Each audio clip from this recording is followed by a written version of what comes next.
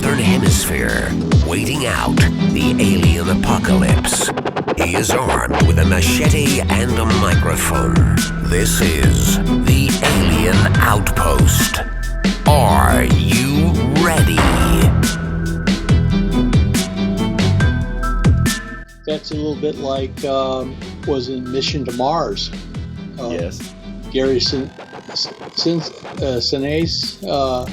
can't pronounce his name very well. Sinise, yeah. Yeah, he ended up going to where the original Martians had gone after they seeded the Earth with genetic material, and so it was it's sort of similar to that, and yes, quite fascinating. And so, when is this announcement? When is the MUFON symposium? The interesting thing is, by coincidence, the first day of the MUFON symposium is also the day that Mars will be closest to the Earth than it has been since 2005. It will be the brightest object in the night sky. Wow. It's called Mars opposition.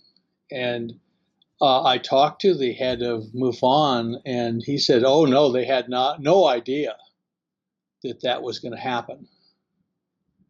And I said, well, I want to make this announcement on the first day. And he says, wow. That's quite a coincidence. Yes, it is. Very. So it's, it's like this is all meant to be. So what is some of the evidence? Well, you write about this nuclear devastation on Mars. Now, I guess. Well, we, as I have on the website and as in the book Death on Mars, we discovered a nuclear weapon signature in the atmosphere of Mars. And of course, the face and the pyramid at Cydonia Mensa. And also there's another face at a place called Galaxis Chaos on Mars that looks almost like the first face. So we've, after 30 years, we've pretty much investigated Mars to the point where it's time for a big announcement. That's awesome. And hopefully I can get some more questions out of you that maybe you can dodge around this announcement here. But I don't want to have any spoilers here.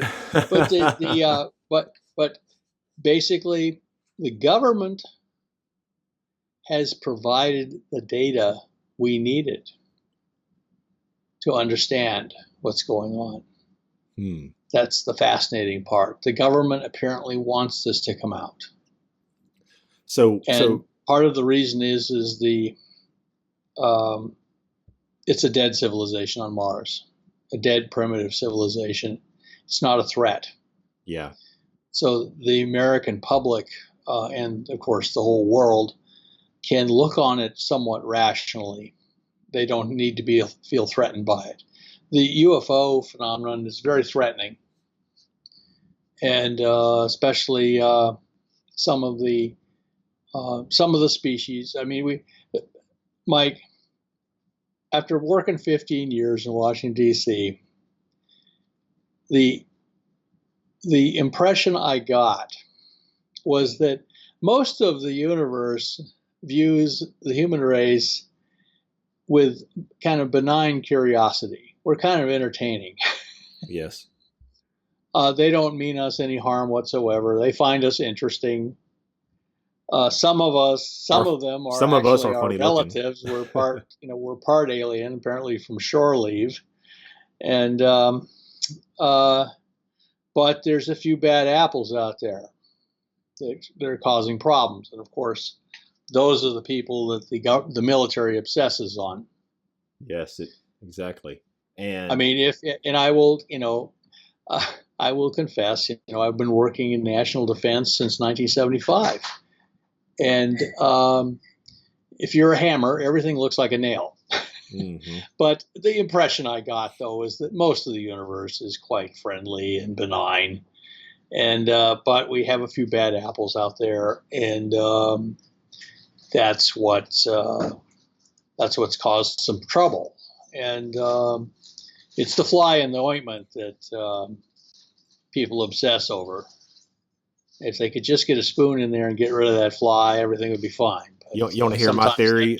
You want to hear my theory? I don't mean to interrupt you. absolutely, Mike. Give me your theory. Well, this is kind of probably based on some of your research too, and many others. But this is where it's not necessarily my theory, but this is where I stand, I guess. Okay, these bad guys or these bad apples that you're talking about in metaphor. Now, what if these elites were part of a breakaway civilization on Mars, and maybe something happened with the good guys and the bad guys? Whatever happened, there was a nuclear fallout, a nuclear war that you research, and let's say that maybe, I don't know, for just for a talking point, that the bad guys, the bad ET or us or whatever, whoever they are, the bad guys, they broke away and they fled here to Earth. And well, that would explain a great deal, Mike. but there's more though. But there's more. Now, if these are the bad guys, these are the bad guys, then maybe that's the reason why the past several thousand years has been so much evil in the world, and there's been so much wars and rumors of wars, and maybe the Bible had it correct. Maybe they did fall, like fallen angels, but maybe they didn't necessarily fall. What you're saying is a perfectly reasonable theory. The only problem I've had with that is that apparently what happened on Mars, that story was pretty much finished up roughly 300 million years ago. The difference in age between everything on Earth, the appearance of the human race, roughly roughly 200,000 years ago, and this stuff, which was before the dinosaurs, basically makes it look like, for once, Mike, we had nothing to do with this. Yeah. Okay. But let me put it this way. It shows that the same tendency toward bad behavior that you see on Earth among some people is not unique to Earth. Mm-hmm. In fact, even in the Bible, the first great sinner was the devil, not the human race. He led a revolt in heaven. There was war in heaven before there was war on Earth. And this is not at all at variance, really, with what we believe as Bible-based Christians. I'm just an Episcopalian myself. Mm-hmm. So I guess what? So that's the crucial difference, is that what happened on Mars apparently was incredibly ancient in human terms, long before the human race appeared. There weren't even dinosaurs on Earth when this happened. I know it's a very odd idea. What if they came here and created the dinosaurs? Maybe that was their first failed experiment. That was their first experiment. I told you I like to look outside the box here. Well, it worked out pretty well for a while. The dinosaurs lasted like about 100 million years. They were very successful. It wasn't until that big asteroid hit. The only thing the dinosaurs didn't accomplish was to have nuclear weapons and a space program. If they'd had that, maybe they'd still be around. Wow. But man, a very intelligent, President conscious Tyrannosaurus Rex instead of President Trump. Oh man. Yes. So what happened? I didn't intend it. That was a good one. That was a good one. Now tell me, what happened exactly to this civilization on Mars? Okay, did they just all kill each other off, or did any of them flee or break away maybe somewhere else in the universe? As best as we can discern, and mind you, we're very limited in our knowledge. I have been told, by the way, there's all sorts of pictures that the government has that have never been released to the public. I only found that out in the last few weeks. So that was a little disconcerting. I found that out from somebody I grew up with who just happened to end up working in intelligence. We ended up growing up together. We were good friends, and then we, went our separate ways, and we ended up working in the same office in Washington, D.C. And now he's retiring, and he told me, basically because he can speak more freely on it, he says, John, all that times you were telling me about all this Mars stuff, I was going to meetings at various places, and I can tell you the government was obsessed with Mars. And I saw all sorts of pictures that had never been released to the public, laid out on tables and discussed and analyzed. And so that was, so I found out I was the clueless tool of the U.S. government. That's right. I'm just doing my patriotic duty. That's right. I did mine too. Back in the 80s, we didn't want the Russians to get to Mars first and find this stuff. So we wanted the U.S. government to get excited about it, and it did, apparently. Do you think that we have physically gone to Mars, like with a human touching down on Mars, like possibly with possibly with maybe the secret space program? It's certainly possible. There have been reports that we've managed to reverse engineer a lot of interesting technology for space travel from a lot of these crashes. So it's certainly possible. But based on the best knowledge I have, which is very limited, by the way, and if I had specific knowledge on that, I wouldn't be able to talk about it. I still think that we haven't really gone that far into space with our secret space program. I think we have forces in space helping to defend the Earth, but I don't think they go very deep into space. For one thing, there are other people out there, Mike, and some of them don't like us. Oh, I agree. Well, I don't. As shocking as that is, some people find the human race extremely annoying. I'm one of them, John. Not everybody. It's just there's so many brain drained zombies out there that believe everything that Uncle Sam tells them.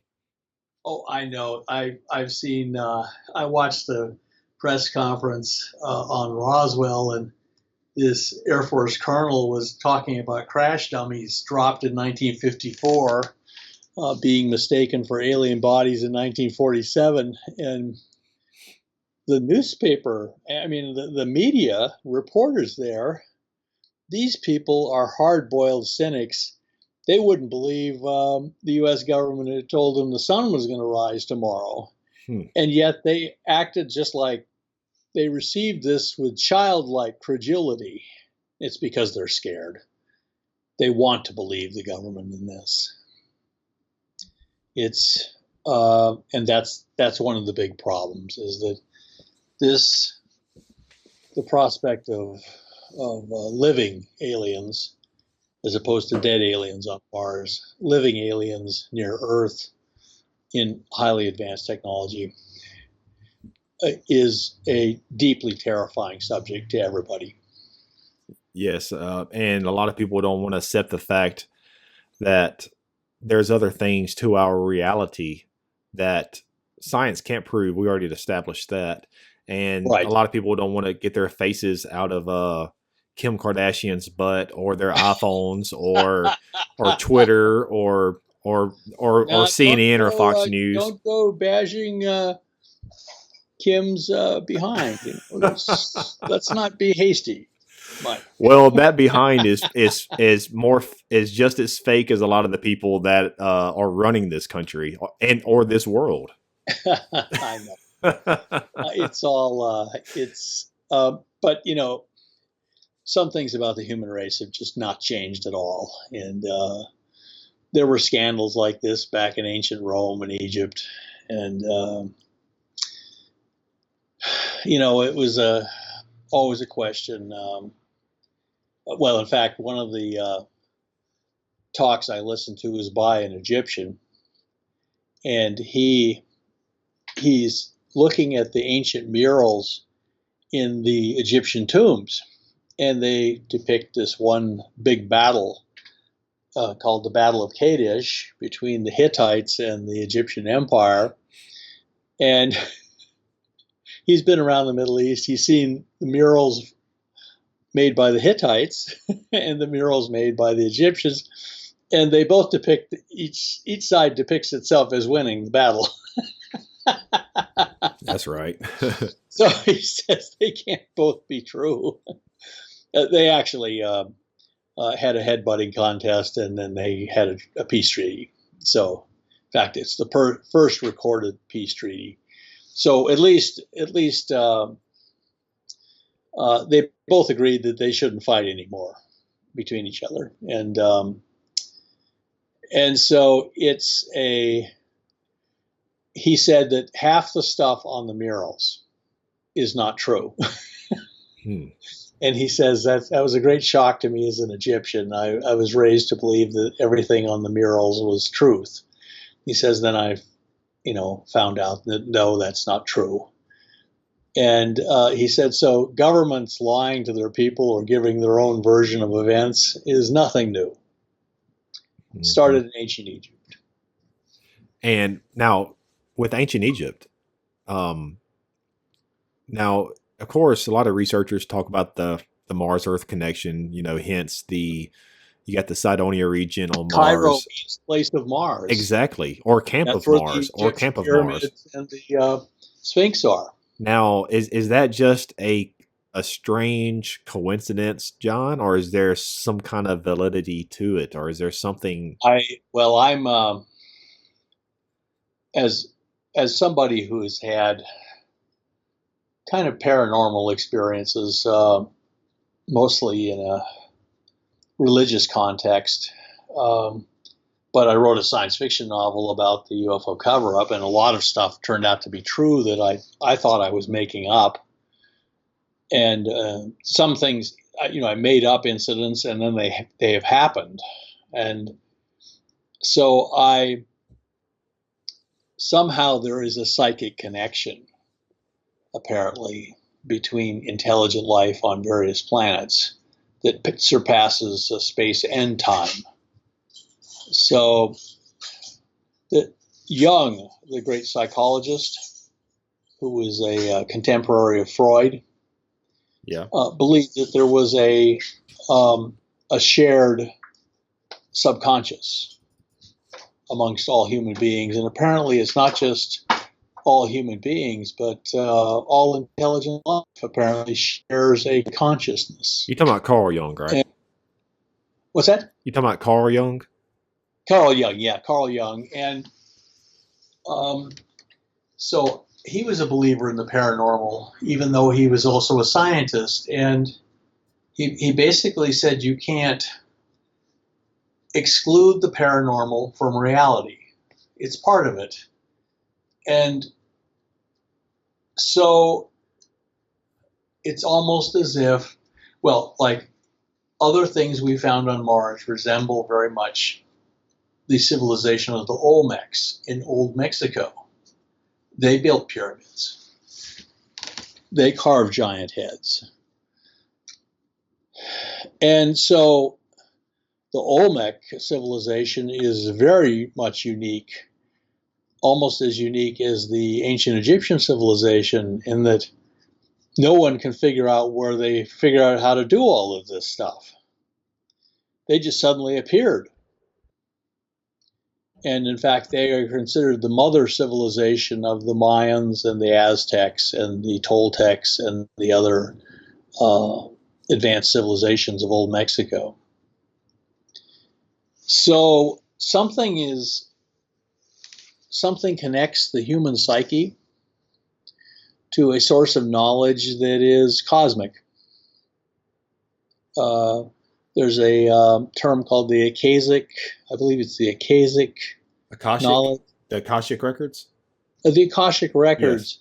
Yes. It's as if the human race is kind of plugged into this psychic internet. And we're not plugged into a great degree, but parts of it we get we end up building similar things, different places on Earth that had no contact with each other. And finally, we were building things that were also built on other planets. Mm-hmm. And, hundreds of millions of years before there were even human beings. So it's a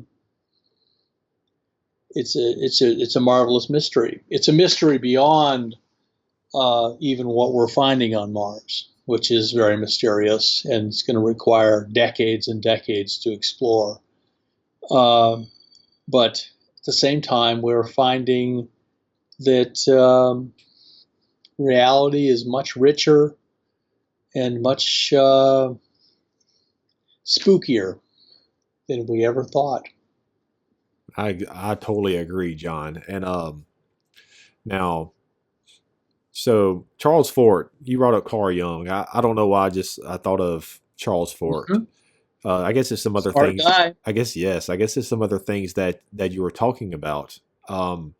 He is famous for saying the Earth is a farm. We are someone else's property. Do you agree? Speak for yourself, Charles. I happen to have written, this science fiction trilogy now. It's now a trilogy. In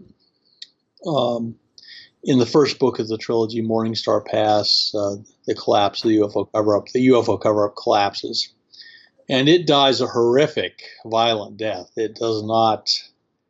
Anyone expecting sweetness and light. Well, I'm half Viking. Let me put it that way. My ancestors were just used to settling all differences violently, and so my science fiction reflects that. But I based it on what I'd heard in Washington, D.C., that the conflict between us and some of the people out there was just absolutely mortal, that they were bent on genocide and replacing the human race with a bunch of hybrids. That's why they're making hybrids, as it turns in the book. The little gray aliens are making hybrids because the hybrids have the human immune system and they can colonize the Earth with them at humans' expense. In other words, they're going to wipe out the human race and have the Earth for themselves. It's a nice planet. Maybe these aliens, especially the Greys, maybe they are the pawns for the creators, or they are the soldiers for, I guess you could say, the ones maybe that did create us, or that did create us in their image. It's interesting, Michael, you would mention that, because in my novel, cycle of novels, the meanest, most vicious, most warlike, violent, cruelest aliens look just like us. They're called the Samar. That's where we get the word samurai, as it turns out. Okay. And we're all part Samar. We're part Pleiadian. Also, the Pleiadians are much more peaceful, enlightened people. But the Greys are basically just agents of these Samar people. And the government just uses sniffer dogs to tell them from humans. The dogs can tell them immediately. And but let's put it this way: the gray aliens are like a python out in the Florida Everglades, pouncing on what it thinks is a rabbit, and it turns out it pounces on a wolverine. So they came here looking for trouble, and boy, do they get it. They got more trouble finally than they can possibly handle. And the Samar are constantly telling the little gray aliens to get down there and fight like men. I mean, in this end of the second novel, the United States invades the moon with the 1st and 2nd Marine Divisions, the 82nd Airborne, and the 101st. They land in Oceanus Procellarum on the moon. Yeah.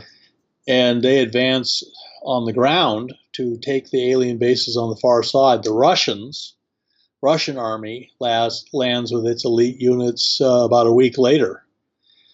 So the little gray aliens are stuck in a ground war with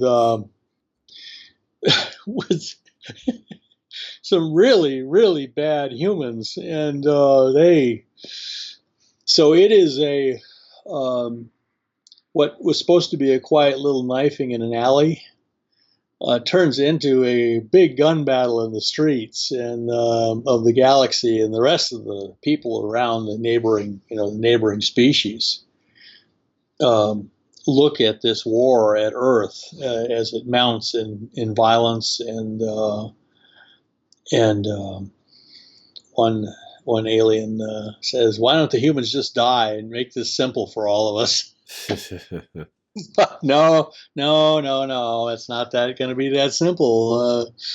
So anyway, the I base it. I base the whole cycle of novels on partly on an old legend called Beowulf. Yeah. The Greys are Grendel, drawn by the sounds of mirth in the great hall, and then Beowulf comes. So Grendel ends up in a battle with Beowulf, and we know how that turned out. He loses his right arm right up to the shoulder socket, and so it's a people who've read have now read all of the novels and liked them. So that's awesome. I'm very pleased, and I believe they'll be made into movies. Oh wow! I can't wait for that to come out now. But because imagine the U.S. Marines and paratroopers advancing on the moon, on the lunar far side finally, and they can see the alien base, and then from the other side, here comes the Russian army. And the Russians, have we been to the moon, John? Really have blood in their eye. Do you think we've already been to the moon? Well, I mean, we were there 6 times. Okay, because you have some people say that we've never been to the moon, that it was all I've had a stage people tell me, Michael, that the Apollo thing was all faked, and it was faked on the moon by people who are the military bases we already had on the moon faked the moon landings. Yeah.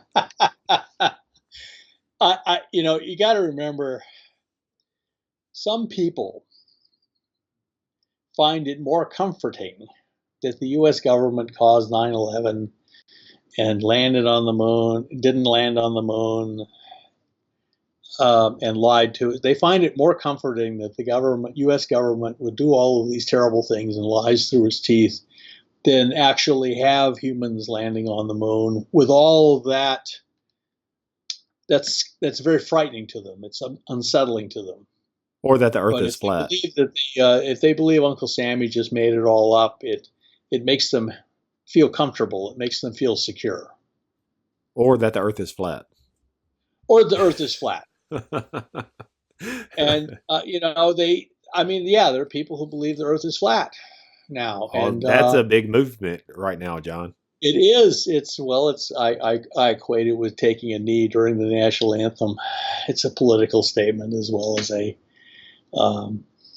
They can't. It's very upsetting to them to imagine that the Earth is round like the moon or the sun and floating out in space, with nothing holding it up. And they would rather believe the Earth is flat, and I can't do much for those people. What if they are a product of a mind control program, COINTELPRO or something like that, to put this disinformation out there, and they are kind of this rogue group is creating these truthers out there that claim that the Earth is flat in a way to discredit everybody in the alternative world, such as me and you. In my first novel about the UFO cover-up, the this top secret council that's dealing with the gray aliens and ends up working for them, that would be something they would do. They wanted to keep the human race stupid and uninformed, and several of them are lined up in front of a firing squad at the end and shot for treason. Yeah. So, Yeah. so I shouldn't laugh about things like that, but I do. Oh, we're just having fun. Of course, we don't really mean it. In fact, in my novel, the head of the Air Force is executed for treason. Huh. Because when the UFO cover-up collapsed, they attempted a coup d'état to overthrow the legitimate government of the United States, and they expected the novel came out in 2003, so it's, I'm not doing a spoiler at this point. The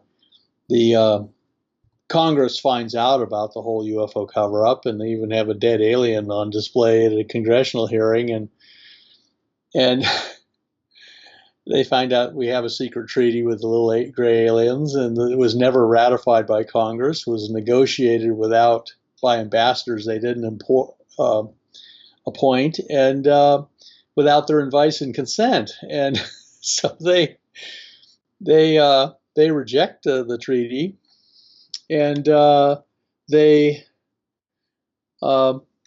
remove the president for treason, and then the MJ-12 people. They have their own doomsday brigade. They try to take the government, and they expect the aliens to show up in the sky over Washington D.C. to create shock and awe. Yeah. But the problem is it's cloudy. No one can see them, and the aliens are afraid to come down below the cloud deck because their ships are not bulletproof, and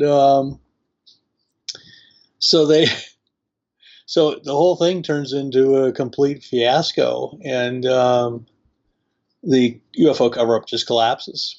The attempted coup d'etat is crushed, and the head of the Air Force and his chief deputy are executed for treason because they backed the coup.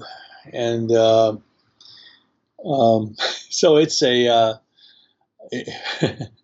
Michael, at the end, it's a big mess. It sounds very interesting. Not just a snafu. We're talking major snafu. We're talking major foobar. A foobar situation. And in the Kremlin and in world capitals, people are taking bets over who's going to win. They're watching tanks battle on the Mall of Washington D.C. near Capitol Hill.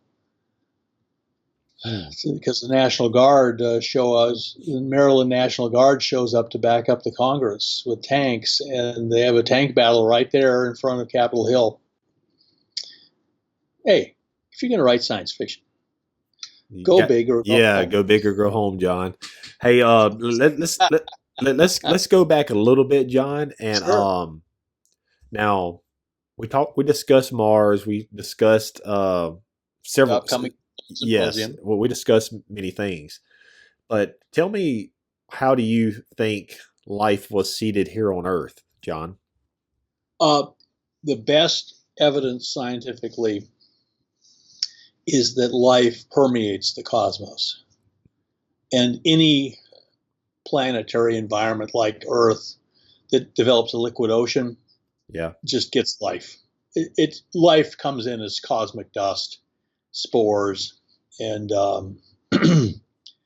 there's an animal called the water bear. That thing is clearly extraterrestrial. They find it in Antarctica on top of the snow. It didn't get there. It actually came in from outer space. It didn't. And the whole idea of the idea that there were thunderstorms on Earth, and it made the atmosphere turn into amino acids, and the ocean became primordial soup, and out of this the first cell appeared. That's nonsense. I'm sorry. That's a little child's bedtime story now. Life started on Earth almost as soon as there was a liquid ocean. As soon as the Earth had cooled enough to have a liquid ocean, there was life on it. And apparently the same thing happened on Mars. Yeah. So both Mars and Earth were seeded from a common source that is cosmic. Mm-hmm. Future generations are going to wonder why it took us so long to figure this out. And the reason is that the human race is kind of intimidated by this whole thing. We are. And we don't want to find out that right now, the same people who believe the earth is flat believe that we are the center of the universe. Mm-hmm. That we are masters of the only part of the universe that matters.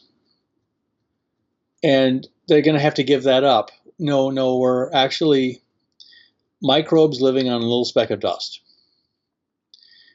What they must realize, though, is that the rest of the universe is the same way. It's a bunch of people living on little specks of dust just like we are. And they're just as clueless as we are. Nobody understands the mystery of why life exists, why the universe exists. They all ask the same questions. And so I think that that's the answer concerning how did life arrive on Earth. Apparently, life is a cosmic phenomenon, and it arrived on Earth and on Mars from the same place, something that predates the solar system. Now, where did the human ingenuity and technological advances happen? Do you think that was a product of some type of intervention from, I guess you could say, our space brothers, or maybe just other ETs out there? I am a scientist, and I have solved problems that just baffled me, and one morning I'll wake up and suddenly I know how to solve them. Yeah, I've done the same. And the answer came to me in a dream or something. I'm religious. I go to Episcopalian church, and I asked a bishop of the Episcopalian church why the Episcopalian church has so little detail about, it doesn't go into a lot of details about this and that. Yeah. Belief. And he says this is because it was formed by by the King of England to hold the empire together. It's basically show up on Sunday, pray for the king, and pay your taxes. We don't care about anything else. And so, but I will be quite honest. I'll say sometimes I'm baffled by a scientific problem. I'll pray for answers, and lo and behold,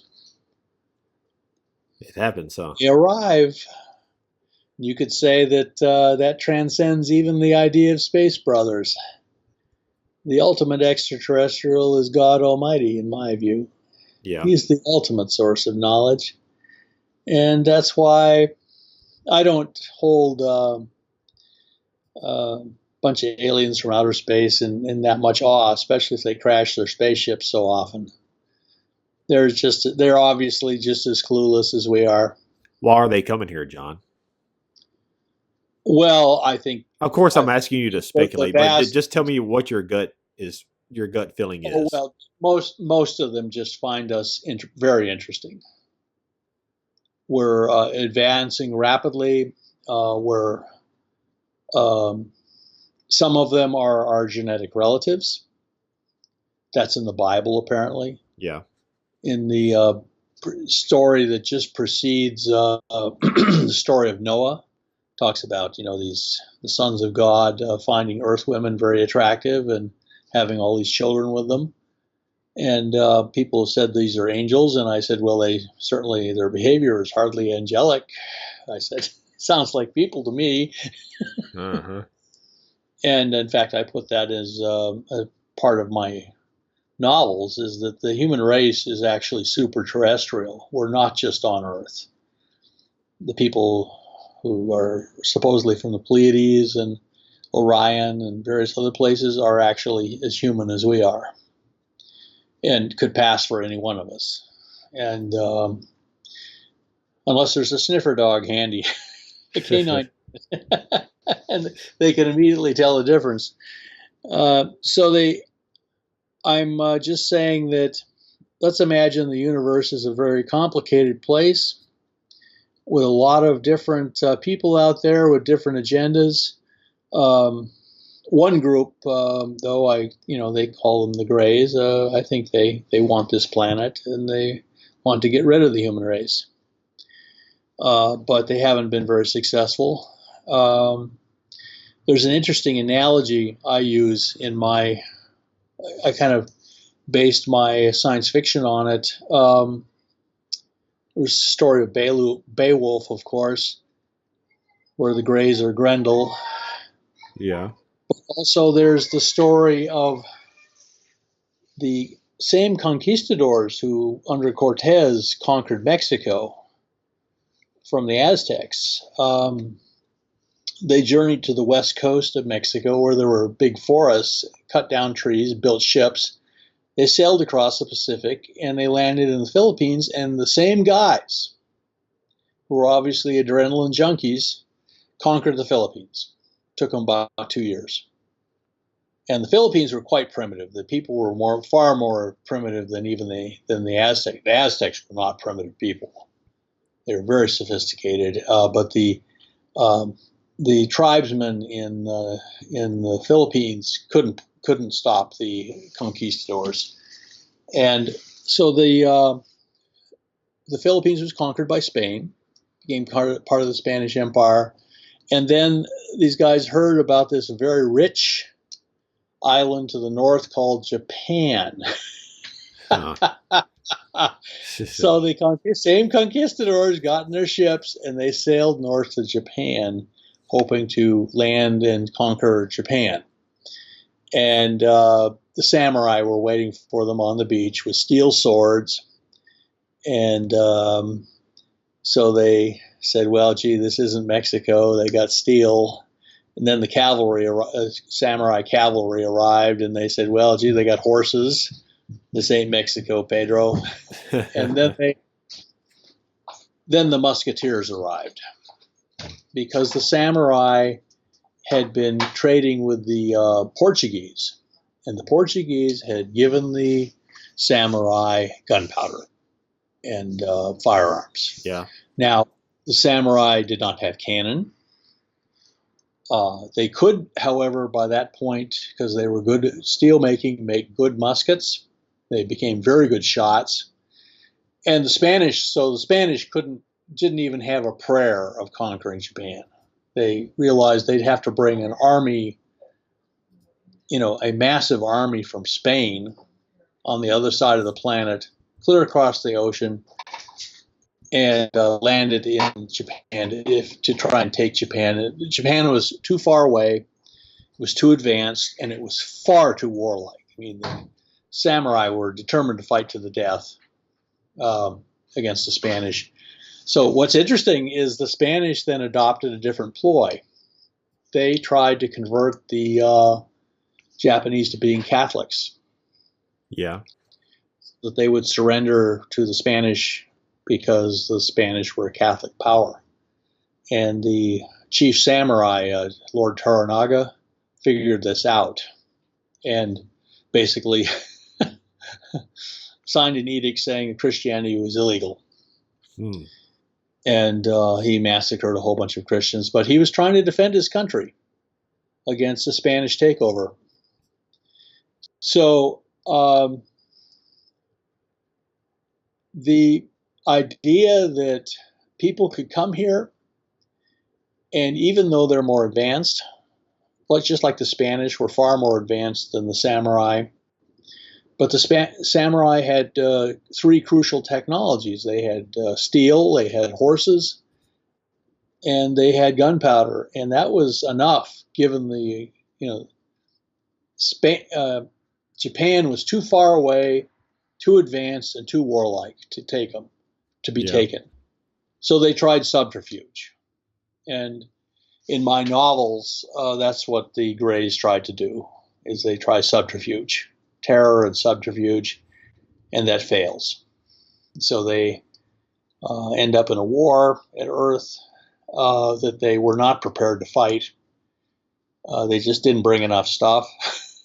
Yeah. Humans have nuclear weapons. They try to invade the Earth. The humans will just use large numbers of nuclear weapons. The Earth will be destroyed, and the Greys will get nothing. They'll lose millions of people, and they'll gain nothing for it except a radioactive wasteland. So, and I think that reflects reality. I totally agree. Philip Corso, whose book I recommend to everyone.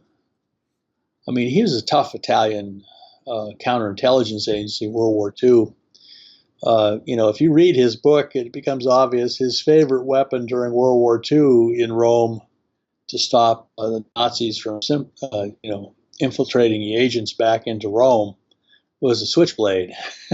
I got this book right in front of me right now in my hand, The Day After Roswell. That's right, and he said they'd cut up the Nazi agents really bad and leave them in the alleys for their buddies to find. And he said he apparently enjoyed that part of his work. And then he ended up, working in the Pentagon and dealing with these issues involving aliens. One of the most fascinating parts of he explained the Cold War was that both sides, the Soviets and the United States, were desperately afraid of a gray invasion, and so built up their nuclear stockpiles to be 10 times what they needed to destroy each other. They wanted to make sure that it's like if Bank of America wants to take your house, wire it with dynamite. Say, go on ahead. Take it. Come take it. And so it's a... in fact, according to Corso, that is why the human race has an outpost right at the South Pole. That they don't want any part of the Earth to be unoccupied by the human race. And apparently that is part of our defense against the Greys. So you get a much different outlook being in the kind of environment I worked in Washington, D.C. And it makes people ask me, for a long time, people would ask me what I thought of UFOs, and I'd say it'd make a great basis for a great science fiction novel. Nowadays, by the way, with the government itself releasing data on UFOs from the Pentagon, it's an act completely unprecedented. Yeah. People I talk to who have been in the UFO field for years say it's astonishing that the U.S. government would release, gun camera tapes from F-18s chasing UFOs over the Pacific. And the next thing they say is, why are they doing this now? And the consensus, well, some people think that the U.S. government is doing this because it feels badly that it lied to the American people all these years. Would like to tell them the truth out of the goodness of their hearts. Other people like me who know the government better and know it completely addicted to secrecy, it would prefer to tell 10 lies than tell the truth. Oh, yeah. Well, without a doubt. The people I dealt with were disinformation artists. They called it disinformation, and they considered it was their duty to spread disinformation. They could never tell a straight story to the public. Hey, John, I don't mean to interrupt, but do you think that the government is working alongside these Greys or maybe possibly other entities? Well, I mean, there may have been factions within the government at one point that were trying to work with them, maybe in the 70s, but I think those, the same thing that Eisenhower dealt with, MJ-12 kind of going rogue and starting to work with work for the Greys rather than the government became aware of that possibility and put guards on the guards. Basically, they have. So my own belief here's what I believe, especially following there was an incident apparently that happened during the Carter administration, reportedly. This is a firefight at a place called Dulce. And after that happened, and then Reagan came into power. Reagan hated the Greys. And he basically ordered the military to shoot them down whenever they could. And is that why he made us think that there is a possible threat from beyond? Us that we might face an invasion. Yeah. He warned us repeatedly, and because he was preparing to bring us up to speed. And he meant it. And he wanted the aliens to know it, the Greys. So I think we ended up in a stare down, cosmic stare down, and obviously things turned out okay. So that was what was really behind the Star Wars program. It was not defending against the Russians. It was defending against somebody else. Yeah. And so what I think has happened is that we have a strong defensive posture against certain groups out there. Other groups we're friendly with, who've been kind of friendly to us. And so we're kind of engaging in extraterrestrial diplomatic relations with some of them, even now. That's what I think. Yeah. You know, I don't know, and if I did know, I wouldn't even be free to speculate. But that's my take on this right now, is that we maybe have gone through a very dangerous period for the human race, but we managed to survive it without anything terrible happening. Or some terrible things happened, but you know, there was no big Independence Day invasion or War of the Worlds or anything like that. Yeah. And John, I think that is a good way to wind things up for this time. Michael, it's been such an honor and a pleasure to talk with you at Alien Outpost. You hold that outpost. I will. And this outpost, John, this outpost is coming to you from an undisclosed location somewhere on the dark side of the moon. Dark side of the moon, all right. But John, I appreciate it, and I will give everybody the links to your material and your website in the description below. I tell you what, I say this many times, but I felt like a fat kid in a candy store, John. Well, there's stuff coming out that just has never come out before, that's now being confirmed. It's a good time to be alive. And but at the same time, I want you to consider that it's been like 80 years since Roswell, and nothing really terrible has happened. Yeah. Yes. And I believe we're headed for a future that looks like Star Trek myself. That's what I think. That's a very good way to put it, John. That's Captain Kirk and his buddies. And maybe I can have Captain Kirk and his buddies stop by the outpost, and you are totally welcome anytime, John, to stop on by. And thank you very much for this fascinating discussion. Thank you so much, Michael, for having me on your podcast. You take care of yourself now.